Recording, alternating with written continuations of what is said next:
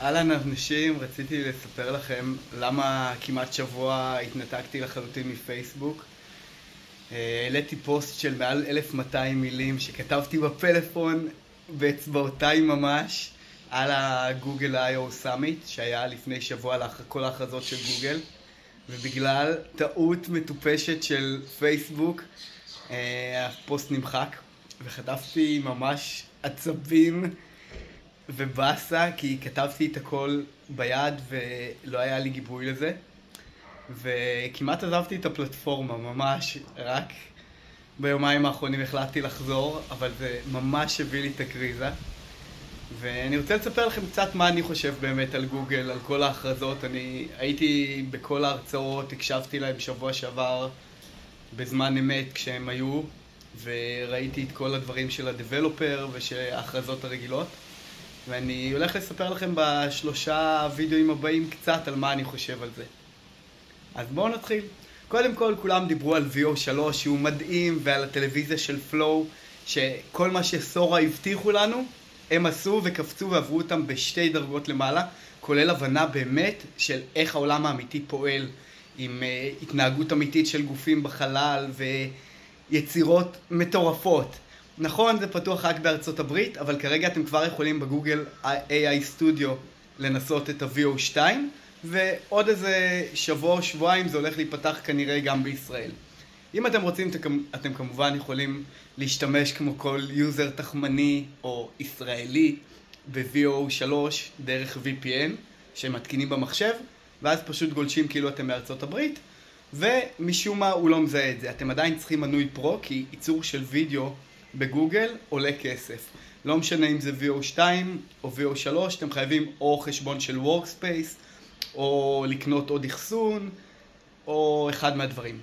עכשיו, אחד הדברים האחרים המגניבים זה מדידת בגדים וירטואליים.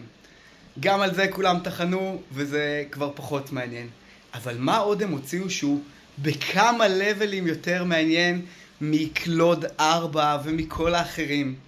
כל מה שהם הוציאו לתכנות. כשאתם נכנסים לגוגל AI Studio, יש לכם טאב של בילד, שמאפשר לכם לבנות אפליקציה, ובשתי לחיצות להעלות אותה ל-Cloud Run. Cloud Run זה חלק מהפונקציות של הענן של גוגל, שמאפשרות בעצם להריץ פונקציות או אפליקציות בצורה שעולה לכם לפי שנייה, פר שנייה. אתם לא צריכים להחזיק את הסרבר פועל כל החודש, אלא רק כשאנשים פונים אל הסרבר, זה עולה ומשרת אותם ויורד אחר כך למטה. עכשיו, זה חוסך את כל הקשקוש של Lovable ו-Base 44 וכל הדברים שאתם צריכים להתעסק עם Firebase ו-Supabase ודאטאבייסים ומיליארד שטויות אחרות, כי הם עושים את זה כבר בשבילכם ישר מלמטה. עכשיו, למה עוד אני מאוד אוהב את גוגל, אפילו שהם לפעמים קצת פוצים בתגובות? כלומר, ג'מיני הוא הרבה פחות זורם כאילו מצ'אט GPT, אבל למה הוא יותר חכם? כי הוא מחובר אוטומטית, לפחות בג'מיני פרו, לכל ה-Workspace שלכם. הוא מסוגל לתקשר עם הג'ימייל שלכם, עם הגוגל דרייב, עם הדוקס, עם השיטס, עם 1000 דברים שהוא עושה אותם שהם built in, והם מחוברים ישירות. לא כמו קלוד שמנסה לתקשר אליהם באמצעות פונקציות חיצוניות ועושה את זה בינוני. מה עוד מדהים במה שהם הכריזו? מעבר לכל הפונקציות הרגילות, הם הוציאו שתי פלטפורמות, בעצם 3 יכולות שמועילות גם למתכנתים, אבל גם ממש לאנשים שלא מתכנתים בכלל. אחד הדברים זה ג'מה, מודלים של ג'מה. ג'מה 3N זה סדרת מודלים שהם כמו ג'מיני, אבל הם נועדו לעבוד על כל device. אתה יכול לכתוב את הקוד שלך פעם אחת, ואז בלי שינויים, הם עושים את זה מלמטה, להריץ אותו דרך ג'אקס וקרס שהם הכריזו עליהם, או בבראוזר שלכם במחשב, או על פלאפונים, אנדרואיד ואייפון, או באותה מידה בקלאוד, ועוד על סרברים שונים, מסרברים הכי פושטים ועד סרברים הכי חזקים שמסוגלים לשרת מיליוני קריאות בו זמנית.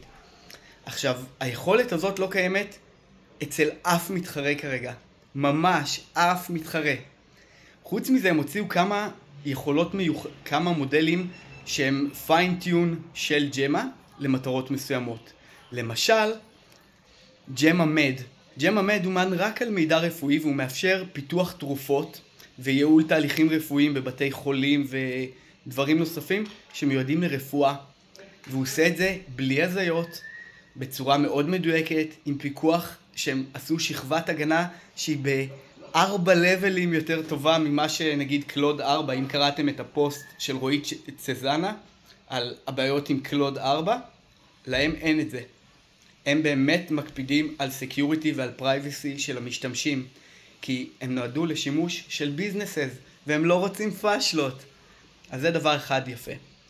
דבר נוסף, הם הוציאו משהו שנקרא AI Co-Scientist, שעוזר למדענים בתחומים של פיזיקה וכימיה וביולוגיה ומדעי המוח, לפתח דברים שקשורים למחקר שלהם באמצעות עוזר בינה, שהוא מקפיד מאוד על המקורות שלו ועל ההיגיון שלו, והוא כמעט לחלוטין ללא טעויות והזיות.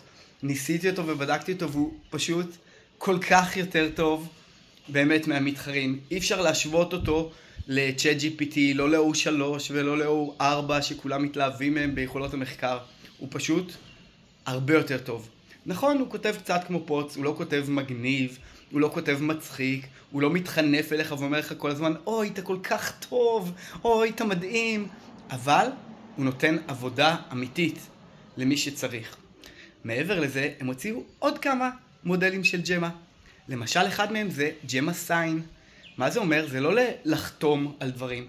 ג'מה סיין יודע לפרש משפת הסימנים של אנשים שעושים ככה עם האצבעות בתוך עיגולים בטלוויזיה ליד, לשפה של בני אדם.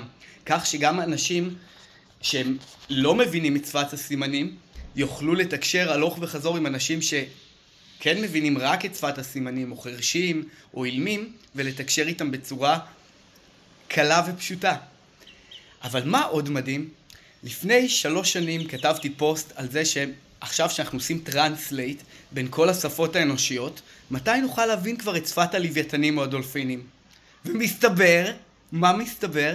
שבגוגל חשבו אותו דבר, והם הוציאו את ג'מה דולפין, שהם הכניסו לו עשרות שנים של מחקר על לוויתנים ועל דולפינים עם הקולות שלהם, והוא הולך להשתחרר לשוק עכשיו, הם הכריזו עליו בעוד חודש, ויוכלו להבין שפה של לוויתנים וקולות. עכשיו, זה רק יישום אחד.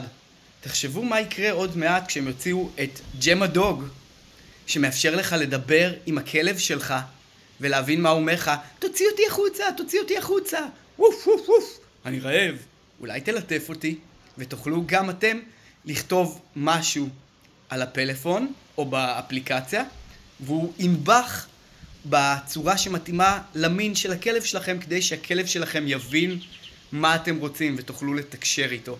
אז זה רק הפוסט הראשון לגבי ג'מה. מעבר לזה מוציאו עוד כמה דברים מגניבים, אבל כדי לרחם עליכם ולא לעשות את זה ארוך מדי, נמשיך בפוסט הבא. הרבה שמחה, ביי ביי חגי, הרבה ברכה.